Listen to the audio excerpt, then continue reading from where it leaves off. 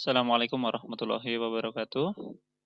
Baik, pada kesempatan kali ini kita akan sama-sama belajar mengenai rasio pembagi elemen garis.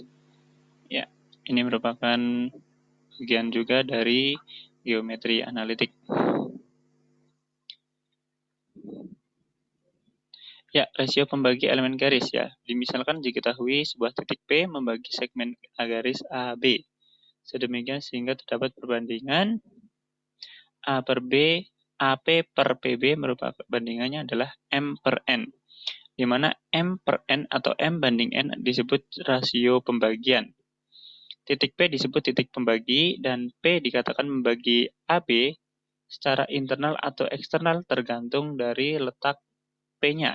Apakah di antara AB atau di luar AB. Ya, seperti ini misalnya teman-teman, ada 3 buah. Ya, yang A yang pertama adalah P-nya terletak di AB, maka nilai perbandingan dari A per B itu antara 0 sampai tak hingga atau kurang dari tak hingga. Amin cukup besar juga. Ya, silakan amati mengapa bisa 0 dan sampai tak hingga. Kemudian untuk yang kedua adalah P terletak di sebelah kirinya AB. Sehingga AP itu arahnya adalah ke kiri. Sehingga nilainya negatif. Ya. Karena ini adalah berhubungan dengan vektor, ada arahnya. Jadi AP itu arahnya negatif, sehingga berapapun besarnya PB ya atau arah PB yang positif ini, maka hasilnya akan paling kecil atau paling kecil adalah negatif 1 dan paling besar adalah 0. Ya. Nah, kemudian yang terakhir adalah P-nya terletak di sebelah kanan B. Sehingga AP arahnya positif dan PB arahnya negatif. Hasilnya akan lebih sering negatif, sehingga antara negatif atau akan negatif ya, ini akan negatif ya, sehingga jaraknya untuk atau perbandingannya AP per BB adalah antara negatif hingga sampai negatif 1. Silahkan amati mengapa bisa demikian. Baik, kita lanjutkan. Sekarang kita masuk ke koordinat titik bagi. Ya, di sini saya sudah mempunyai sebuah gambar, ada sebuah garis AB ya. Di sini ada garis yang menghubungkan dua buah titik, yaitu A dan B, terletak pada suatu bidang koordinat ya, titik bidang koordinat kartesius, di mana titik P adalah titik bagi dari AB dan terletak di antara AB. Ya. Seperti ini. Sehingga terdapat perbandingan AP dan PB itu M banding N. Ya.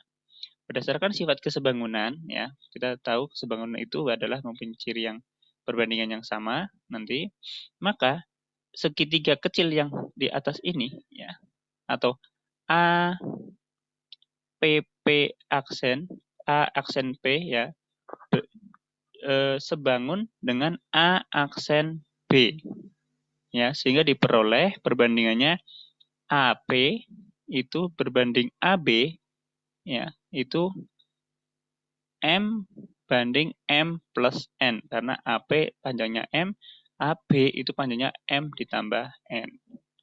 Oke, selanjutnya.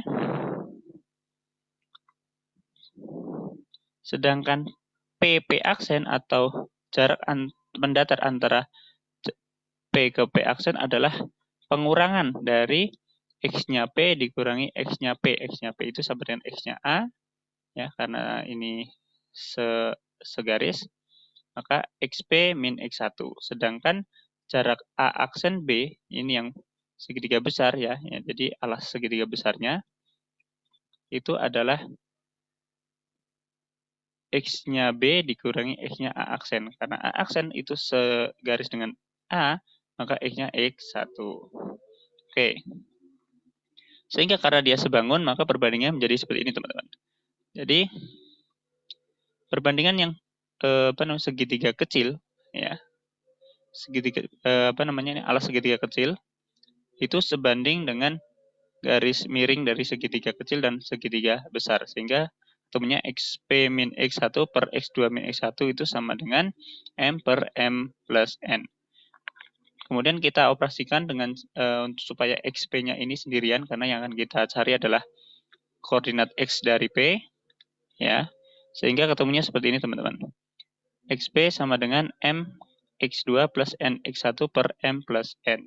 Nah, setelah kita utak-atik ya. Silakan teman-teman bisa utak-atik sendiri sehingga ketemunya seperti ini. Nah, bagaimana untuk Y-nya? Untuk Y-nya sebenarnya sama ya, karena ini juga sebangun. Dengan cara yang sama, silakan teman-teman juga bisa mencoba dan membuktikan bahwa YP itu sama dengan M Y2 plus N Y1 per M plus N. Nah, contohnya seperti ini, teman-teman. Ada sebuah koordinat titik titik ya, ada dua buah titik yaitu min 6,2 dan 4,7, di mana ada sebuah titik di tengah-tengahnya ya, dengan perbandingannya adalah 2:3. Maka untuk mencari koordinat titik yang membaginya, kita cukup masukkan ke rumus yang tadi ya, XP-nya ya. Kita masukkan ini M, ini N ya, dan ini adalah X2-nya, ini X1-nya, ini Y2 dan ini Y1. Kita masukkan saja, ketemunya min 2, 4, sehingga koordinat titiknya adalah min 2,4. Ya, silakan bisa diamati sudah sesuai belum dengan rumus yang tadi cara memasukkannya. Oke. Sekarang titik tengah. Ya. Ada sebuah teorema jika P ada di tengah-tengah AB dengan koordinat ini, maka titik tengahnya adalah X sama dengan X1 plus X2 per 2, dan Y adalah Y1 plus Y2 per 2. Silakan teman-teman coba dengan menggunakan rumus yang di sebelumnya, ya. Apakah benar bahwa koordinat titik tengahnya adalah ini? Dimana kalau kita melihat titik tengah itu, misalkan ada sebuah garis menghubungkan A per B, titik tengahnya di tengah-tengah, maka perbandingan A ke P dan P ke B itu adalah sama panjang atau perbandingannya 1:1. Itu adalah kuncinya ya. Oke, selanjutnya titik berat segitiga.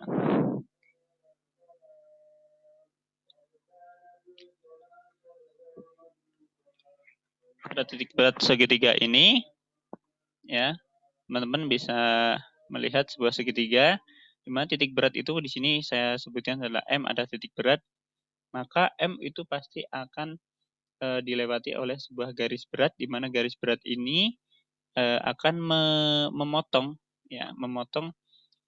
sisi di depan sudutnya itu menjadi sama panjang ya, sehingga di sini M1 itu adalah membagi sama panjang P2 P3. Oke. Ya, seperti ini untuk penjelasannya.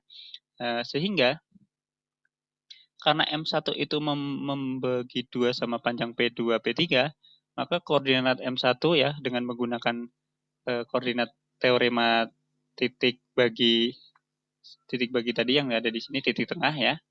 Titik tengah, maka bisa didapatkan koordinatnya untuk M1 X-nya adalah X2 plus X3 per 2, karena di sini antara P2 dan P3 ya. Dan Y2 plus Y3 per 2. Oke.